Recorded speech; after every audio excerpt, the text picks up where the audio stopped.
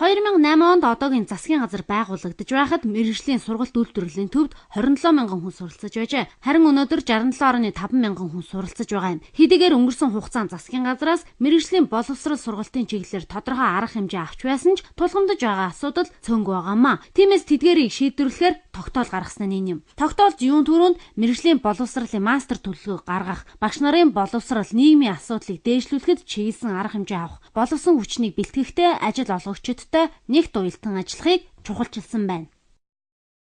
Энэ жил одоо 5 яам, боловсрол соёлын шинжилгээ ухааны яам, нийгэм хамгаалалт хөтөлбөрийн яам, хүнс хөдөлгөөний аж ахуй хөнгөн үйлдвэрийн яам, барилга хот байгуулалт зам тээврийн яам, эрдэс соёлын эрчим хүчний яам 5 яам нийлж ажил олгогчтой хамтарч энэ захиалган дээр суурилсан сургалтын тогтолцооны тухай гэрээнд гар үсэг зурсан энэ гэрээг бол жил болгон хийж үүргийх даалгаврын биелэлтийг одоо хангаж явахыг одоо үүрэг болгож байна. За үүний дээр цэргийн албан хаагчдыг мэргэжлийн сургалт үйлдвэрлэлийн сургуульд сургаж хугацаа талбай хаагаад дуусахад шууд ажлын байртай хэрэгцээд мэргэжлээрээ ажиллаад явах нөхцөл болцоог бий болгох ёстой гэж засгийн газар үзжээ.